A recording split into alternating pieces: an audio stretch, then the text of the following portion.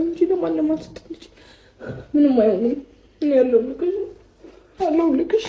ማንም ባይኖርህ ግን ያለሁልሽ ልጄ። እሺ የኔ ህይወት ምንም አይመጣም። እስቲ ወንድ የሆነ ይምጣና ይጋፈጠኝ። አያውቁኝም ከምር ይምጣና ወንድ የሆነ ይጋፈጠኝ። እኔ በልጄ ቀልድ አላውቅም።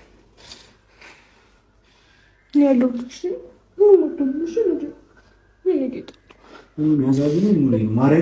የማያውቀው ነገር በዚህ ልጅ እናት የሚሰቀል ምንም አይሆንም።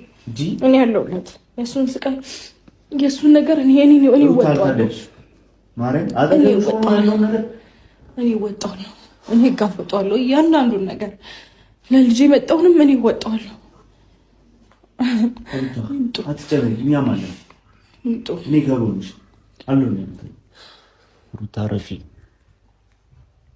አሁን ተረጋጊና ከቤት እንውጣና ነገሮችን እናስተካክል። ይልቁንስ አሁን ምን እንደሰማችሁ በደንብ ተረጋግታችሁ ነገሩ ማለት እዚች ጋር ምንም ነገር እንዲታይ ወይም እንዲታወቅ ማትፈልጉ ከሆነ በኋላ ትነግሩኛላችሁ። ተረጋግተን ግን ደግሞ በቃ እንጃ የፈለገው ነገር ይመጣታል። አንላቀቅም።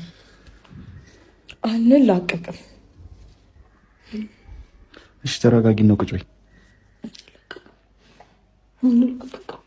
ምንም አያመጡም። እጄን አንዳቸው እኮ እንዳይነኩት ስለምንፈልግ ነው እኮ። አንዳቸው አይነኩብኝም። የኔ ጌታ ምንም አትሆንም። እኔ ያለሁልህ ምንም አትሆንም ልጄ።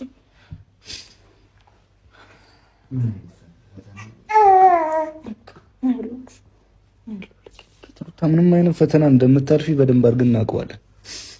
ግን ደግሞ እስኪደርስብሽ ድረስ ቁጭ ብለን መጠበቅ ስለማንችል ነው ይህ ሁሉ ነገር እያደረግን። አንቺን ለማስለቀስ አንቺን ለማስከፋት አይደለም ይህ ሁሉ ነገር።